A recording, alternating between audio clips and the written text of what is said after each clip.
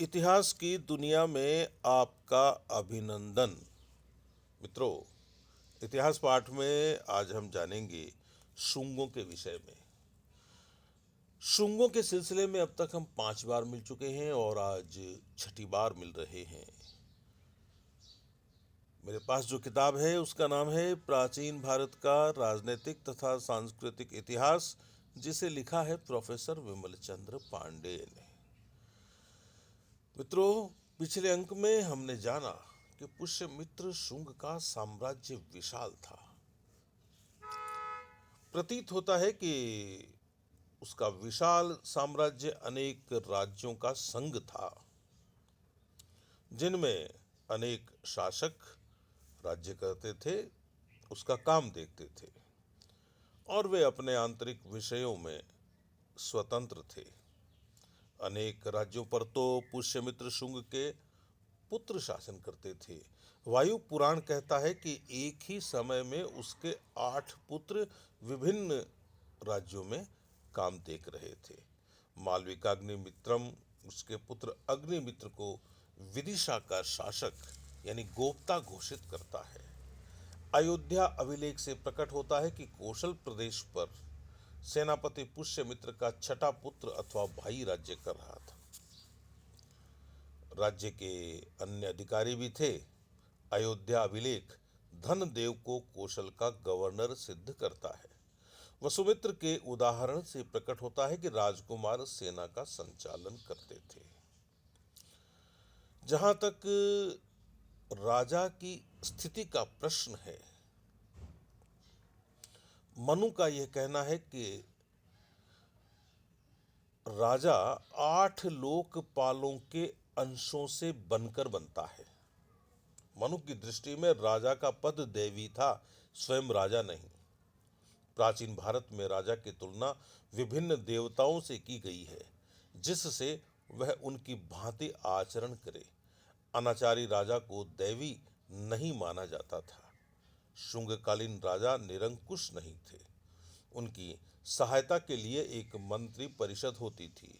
मालविकाग्निमित्रम में अमात्य परिषद का उल्लेख है। पतंजलि अपने महाभाष्य में सभा का जिक्र करता है। मनु के अनुसार राजा के मंत्रियों की संख्या 4 होनी चाहिए। महाभारत में भी यही कहा गया है। पुष्यमित्र शुंग के उत्तराधिकारियों की यदि हम बात करें तो हमें 10 नाम मिलते हैं। उनमें एक नाम तो पुष्यमित्र का है ही। शेष जो 9 नाम हैं वे हैं अग्निमित्र, वसुज्येष्ठ, आंध्रक, पुलिंडक, घोष, वज्रमित्र, भाग और देवभूत।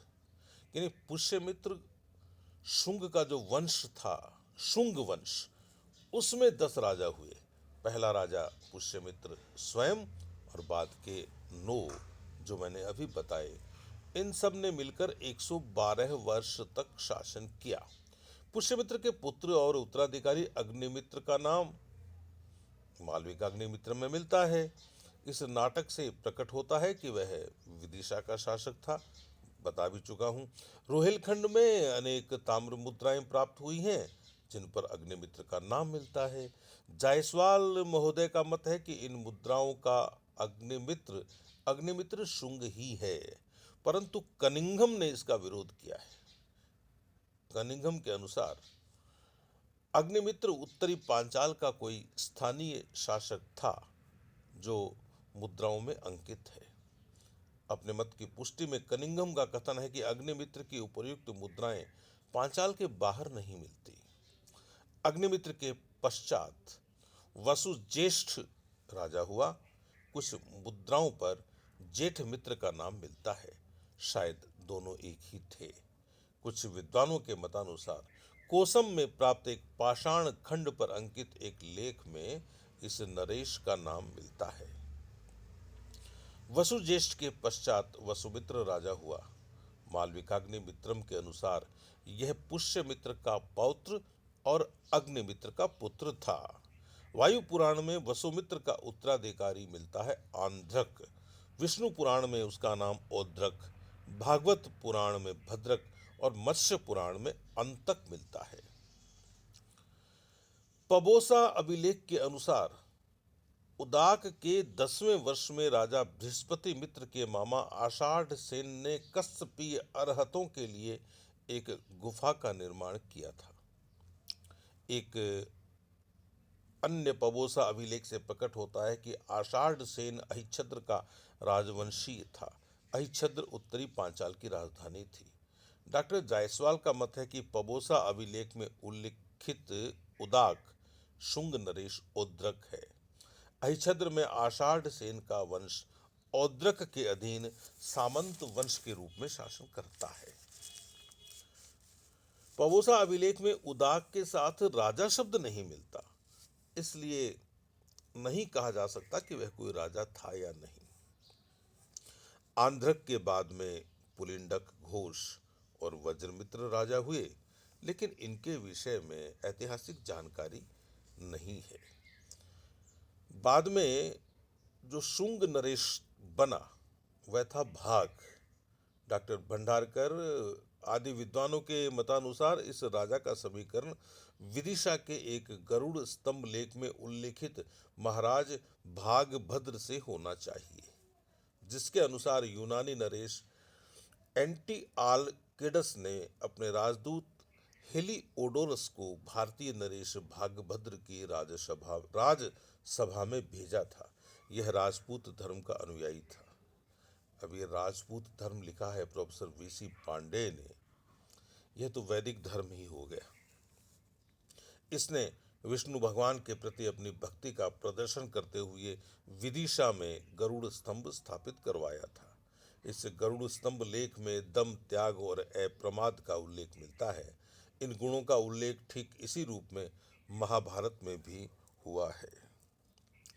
अनुमान होता है कि यूनानी हेलियोडोरस न केवल भागवत धर्म का अनुयायी वरन वह महाभारत से परिचित भी था। अंतिम शुंग राजा हुआ देवभूति अथवा देवभूमि। यह अत्यंत कामुक नरेश था। उसके अमात्य वसुदेव कर्ण ने उसकी हत्या कर डाली। इस कथन की पुष्टि हर्षचरित से होती है। इस प्रकार शुंग राजवंश का अंत हो गया और उसके स्थान पर कण्व राजवंश की प्रतिष्ठा हुई। जहां तक शुंगकालीन भारत का प्रश्न है मित्रों, शुंग काल ब्राह्मण वर्ण, ब्राह्मण धर्म और ब्राह्मण संस्कृति के उद्धार का काल था। बौद्ध धर्म के प्रचार ने जिस निवृत्ति मार्ग को प्रोत्साहन दिया था वह ब्राह्मणों की दृष्टि में राष्ट्र के लिए घातक था। अल्पायु युवाओं ने भावुकता के प्रवाह में प्रवज्ञा ग्रहण करना प्रारंभ कर दिया था।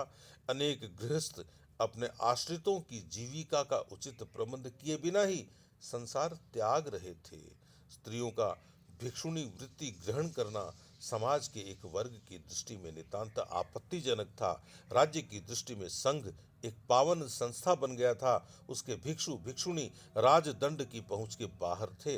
अतः इस सुविधा का लाभ उठाकर बहुसंख्यक हत्यारे, ऋणी और अभियुक्त भी संघ में प्रविष्ट होकर राज्य के चंगुल से बच जाते थे।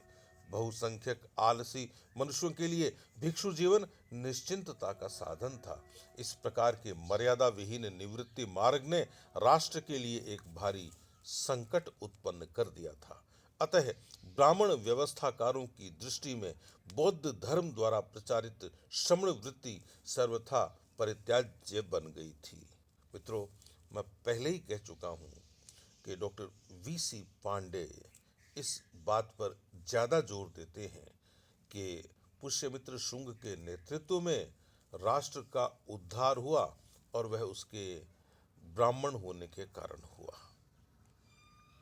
इस प्रकार के मर्यादा विहीन निवृत्ति मार्ग ने राष्ट्र के लिए एक भारी खतरा उत्पन्न कर दिया था। अतः ब्राह्मण व्यवस्थाकारों की दृष्टि में बौद्ध धर्म द्वारा प्रचारित श्रमण वृत्ति सर्वथा परित्याज्य बन गई। यही कारण है कि शुंग काल के महापंडित पतंजलि को हम यह घोषणा करते हुए पाते हैं कि ब्राह्मण विचारधारा और श्रमण विचारधारा में शाश्वत विरोध है। शाश्वत विरोध है। मनु ने भी वानप्रस्थ और संन्यास आश्रमों के समक्ष गृहस्थ आश्रम को सर्वोपरि माना है। महाभारत के कुछ अंश भी तत्कालीन श्रमण विचारधारा का विरोध करते दिखाई देते हैं। शांति पर्व में भीम युधिष्ठिर से कहता है कि मौन धारण करके, केवल अपनी उदर पूर्ति करके धर्म का ढोंग रचकर मनुष्य पतित ही होता है। अकेला मनुष्य जिसे पुत्र पौत्रों का पालन पोषण न करना हो, अकेला मनुष्य जिसे पुत्र पौत्रों का पालन पोषण न करना हो, वह वह पथ से भटक जाता है। जिसे देवताओं, ऋषियों, अतिथियों तथा पितरों के प्रति अपना उत्तरदायित्व न निभाना हो, वह पथ से भटक जाता है और वही वन में सुखी रह सकता है। वनों में रहने वाले ये मृग, सुअर, पक्षी कोई भी स्वर्ग नहीं पाते हैं। यदि संन्यास से कोई सिद्धि पा सके तो पर्वत और वृक्ष तुरंत ही सिद्धि प्राप्त कर लें।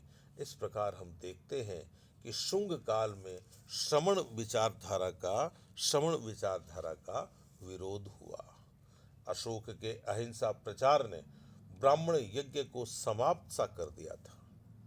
अतः पुष्यमित्र शुंग ने सम्राट होते ही उसका फिर से उद्धार किया। अयोध्या अभिलेख से प्रकट होता है कि उसने स्वयं 2 अश्वमेध यज्ञ किए थे। एक यज्ञ का पौरोहित्य तो स्वयं पतंजलि ने किया था। अश्वमेध की पुनः स्थापना शुंग काल के ब्राह्मण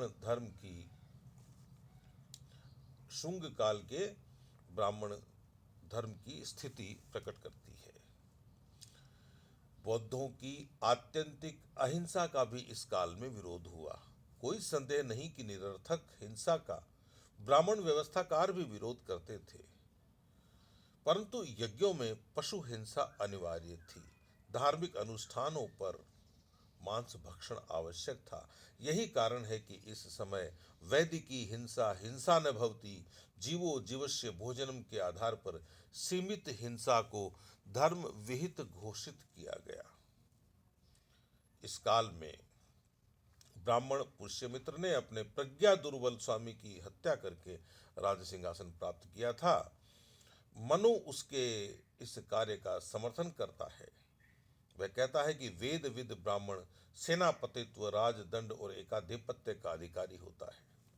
जो राजा मोहवश असावधानी से अपने राष्ट्र को उत्पीड़ित करता है, वह शीघ्र ही राज्य से च्युत हो जाता है और अपने बंधु बांधवों सहित मारा जाता है। 10 वर्ष का ब्राह्मण भी 100 वर्ष के क्षत्रिय की अपेक्षा अधिक आदरणीय है, मनु का कहना है। मित्रों, शुंगकालीन व्यवस्थाकारों ने राजपद को अभूतपूर्व गरिमा दी। राजा का निर्माण इंद्र, वायु, यम, सूर्य, अग्नि, वरुण, चंद्रमा और कुबेर के अंशों से हुआ है। अराजकता का नाश करने के लिए प्रभु ने राजपद का निर्माण किया है। दंड ही संपूर्ण प्रजा का शासक और रक्षक है। महाभारत में भी इसी प्रकार की बातें कही गई हैं। शुंग काल में संस्कृत भाषा की उन्नति हुई। ऐसा प्रतीत होता है कि अनभ्यास के कारण जनता संस्कृत के नियमों को भूल रही थी। प्रसिद्ध वैयाकरण पतंजलि ने पाणिनि की अष्टाध्यायी पर एक वृहद महाभाष्य लिखा और इस प्रकार संस्कृत भाषा के नियमों को पुनः प्रतिष्ठित किया। मनु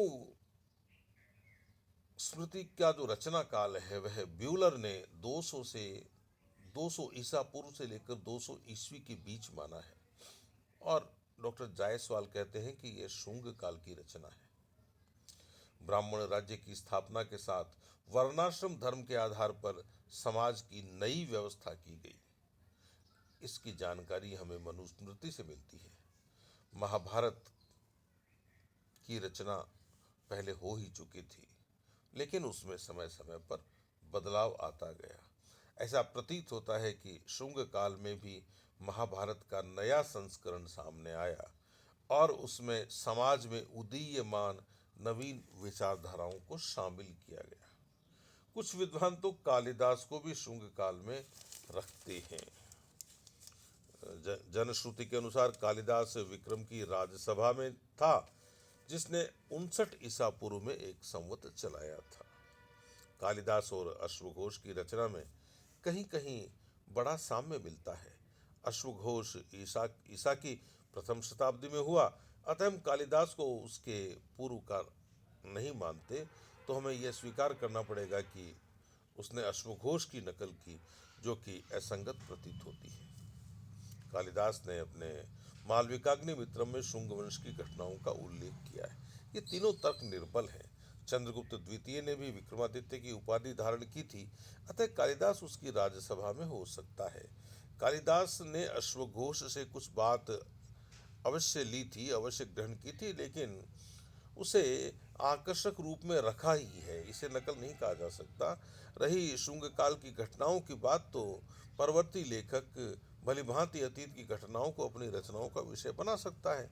जो भी हो, अधिकांश विद्वान कालिदास को शुंगकालीन न मानकर गुप्तकालीन ही मानते हैं। तो मित्रों, यह था आज का इतिहास पाठ। नमस्कार।